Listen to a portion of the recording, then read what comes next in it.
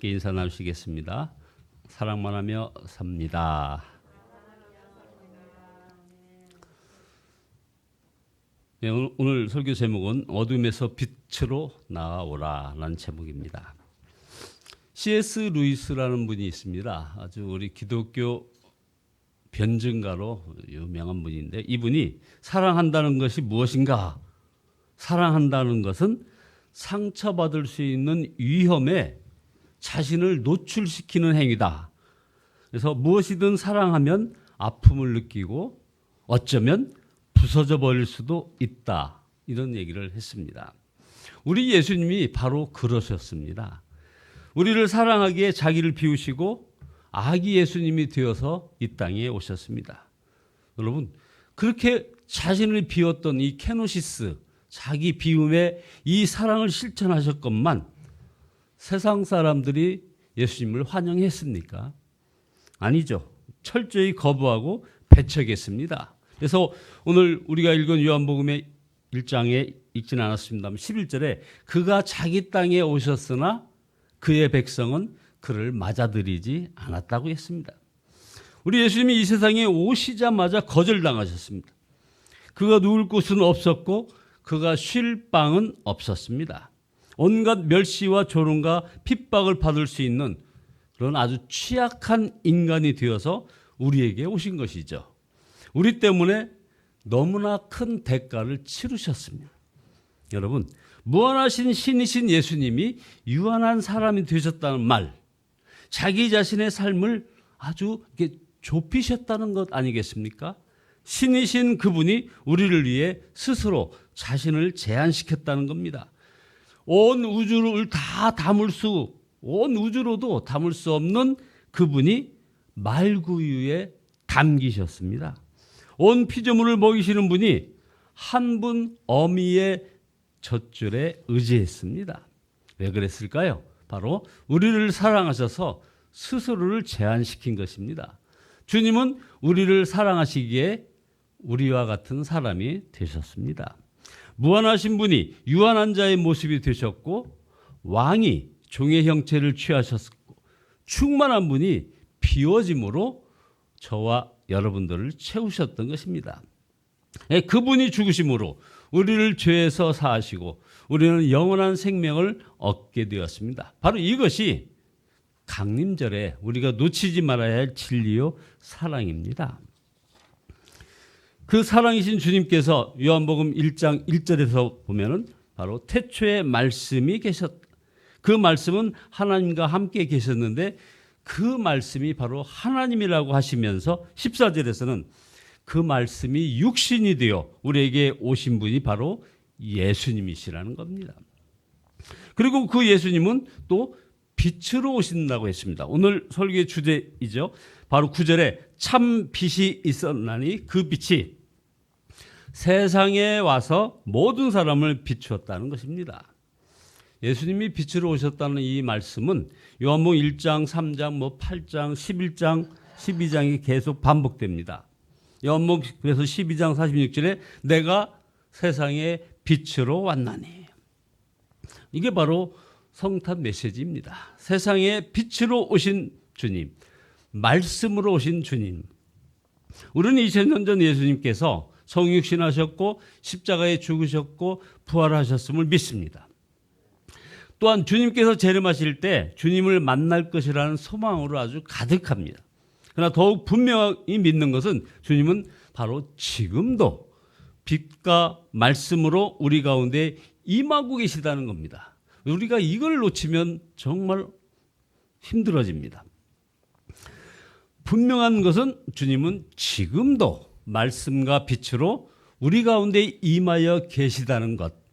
그래서 말씀으로 주님을 알게 되고 빛으로 주님을 바라보게 되고 소망하게 되는 것입니다. 그런데 여기서 우리가 궁금한 것은 예수님이 빛이시라면 왜 많은 사람들이 여전히 우리 예수님을 모르는 것일까요? 예수님이 태어나셨을 때도 사람들은 빛으로 오신 예수님을 알아보지 못하고 심지어 배척을 했다고 아까 말씀 올렸습니다. 그래서 10절에 보면 그는 세상에 계셨고 세상이 그로 말미암아 생겨났는데도 세상이 그를 알아보지 못한다고 얘기합니다. 그가 자기 땅에 오셨으나, 여러분 우리 예수님이 남의 땅에 오셨습니까? 바로 자신이 창조한 이 땅에 오셨으나 그 백성은 그를 맞아들이지 않았다는 겁니다. 그것은 빛이 어두움을 환하게 밝히는 것만 아니라 감추인 것을 드러내기 때문인 그런 것입니다. 여러분은 밤에 자는데 누가 방에 불을 막 켜면 아주 심한 반응을 보이지 않습니까? 너무 싫고 그냥 어둠 속으로 들어가고 싶지 않습니까? 예수님 앞에서 자기 안에 감추어졌던 어떤 죄와 허물이 다 드러나니 사람들이 우리 예수님을 거부하는 겁니다. 보십시오. 유대교 지도자들이 자신들이 하나님의 말씀을 잘 지키고 가장 경건하다고 아주 자랑이 엄청났습니다. 그러나 빛이신 예수님이 앞에서 자신들의 실상이 드러났습니다. 예수님 앞에서는 그들이 가장 경멸하던 그런 세리보다도 못한 그런 존재임이 드러나 버렸습니다. 그들에게 까무러칠 일이었고 그것이 너무나 싫었습니다. 그래서 예수님을 죽이려고까지 한 것입니다. 자, 여러분은 빛으로 나오는 것이 좋습니까? 어둠 속으로 숨어 들어가는 것이 좋습니까? 많은 그리스도인들이 숨기고 감추고 누르고 삽니다. 자신의 과거, 자신의 진짜 모습, 그 속마음이 드러나는 것을 이걸 굉장히 두려워합니다. 그러나 더 이상 그렇게 살지 말아야 합니다. 계속 그렇게 살다가는 큰일 납니다. 그것은 곧 마귀에게 사로잡혀 사는 것이기 때문에 그런 것입니다. 마귀는 감춰라, 어둠 속에 숨으라 이렇게 계속 속삭입니다. 그리고 그렇게 우리들의 삶을 인도하려고 합니다. 빛이신 예수님을 바라보면 자신의 진정한 모습을 보게 되는 겁니다. 보십시오. 베드로 보세요. 예수님을 처음 만나고 배에 가득 물고기를 잡았지만 그 성공 앞에서 바로 그 정점에서 예수님 앞에 무릎을 꿇고 나를 떠나소서 나는 죄인으로서이다 라고 말했습니다. 사도 바울은 어땠습니까? 다메섹 도상에서 빛 가운데 예수님을 만나고 나서 그냥 눈이 멀고 3일 밤낮 식음을 전폐했습니다. 이것이 예수님을 인격적으로 만난 그런 체험이고 또 바로 구원이었습니다. 요한계시록에서 주님은 라오디게아 교회에게 이렇게 말씀하십니다. 내가 말하기를 나는 부자라 부요하여 부족한 것이 없다 하나 내 곤고한 것과 가련한 것과 가난한 것과 눈먼 것과 벌거벗은 것을 알지 못하는도다. 흰옷을 사서 입어 벌거벗은 수치를 보이지 않게 하고 안약을 사서 눈에 발라 보게 하라. 그러나 예수님은 우리를 부끄럽게 하시려고 우리의 은밀한 모습과 죄를 드러내시는 것이 아닙니다. 바로 우리를 어두움에서 구원하시려는 것입니다.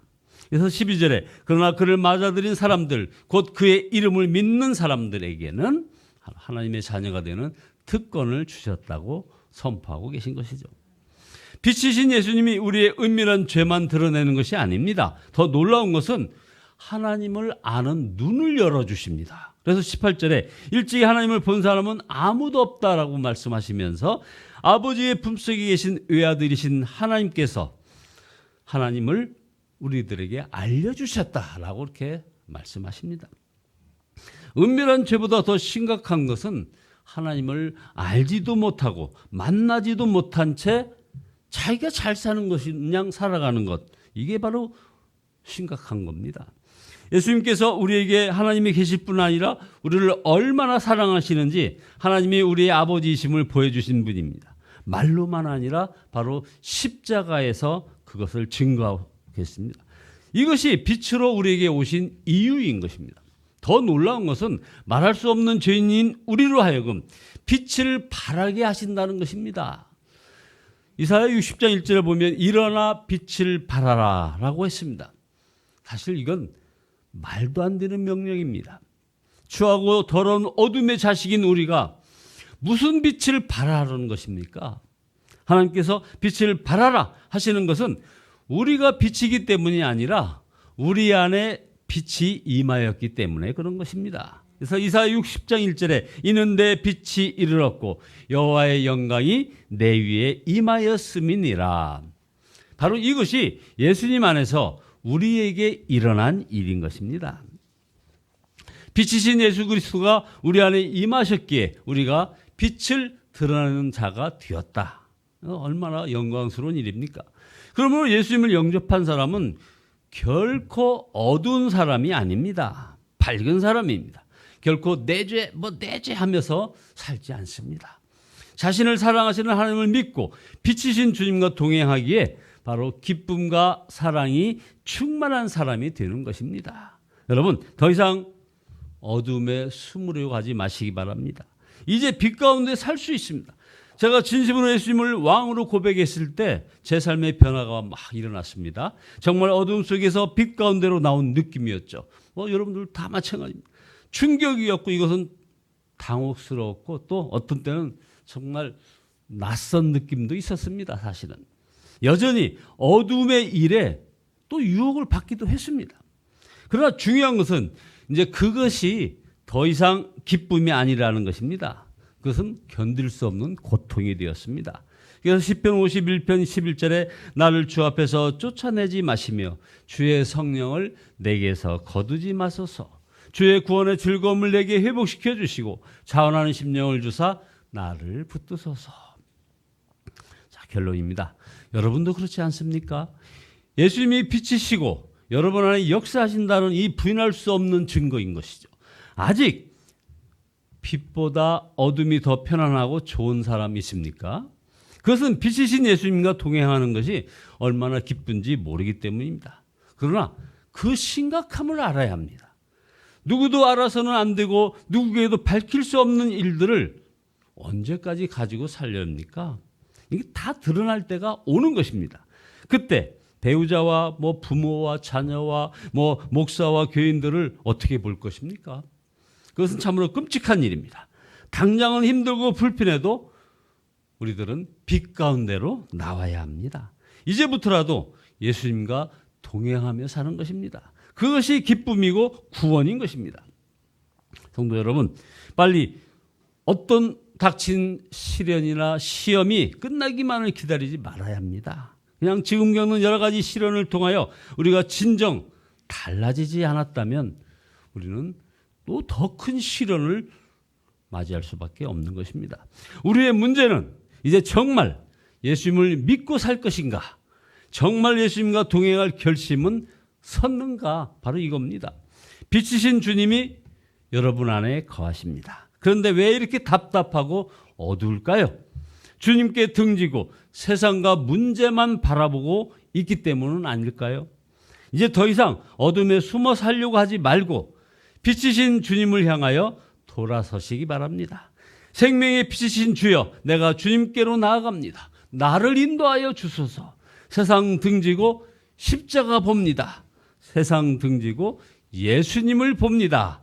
뒤돌아서지 않겠다고 다짐하는 저와 여러분 모두 되시기를 예수 그리스도의 이름으로 축원드립니다. 기도하시겠습니다. 말씀이 육신이 되어 우리 가운데 오신 주님, 빛으로 오신 주님을 찬양합니다. 그러나 회개합니다. 주님께 등지고 세상 문제만 바라보았나이다. 주여 용서하여 주시옵소서. 이제 온전히 세상 등지고 십자가 사랑 감사하며 나아가게 인도하여 주시옵소서. 뒤돌아서지 않겠다고 다짐하고 선포하며 생명의 빛이신 주님과 동행하게 인도하여 주시옵소서. 예수 그리스도의 이름으로 기도드리옵나이다. 아멘. 108장입니다. 108장입니다.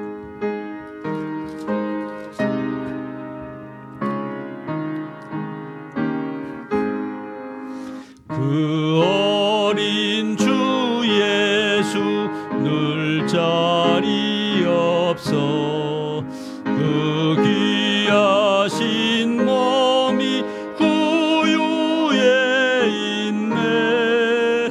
저 하늘 별들이 반짝이는데 그 어린 주 예수 꼬리에 자네 저 육축 소리에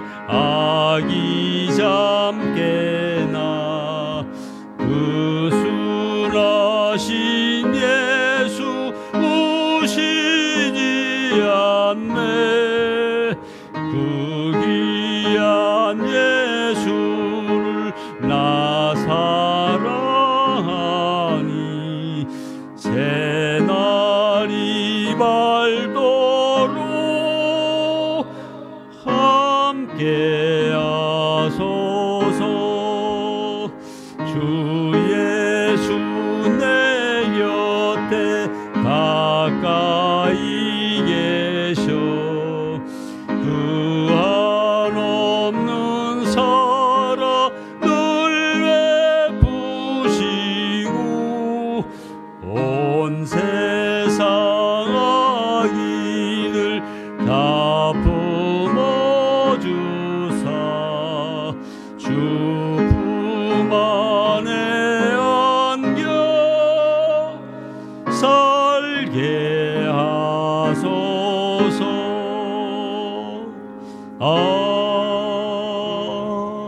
아멘. 주여 삼창하시고 동성으로 기도하시다가 돌아가시겠습니다.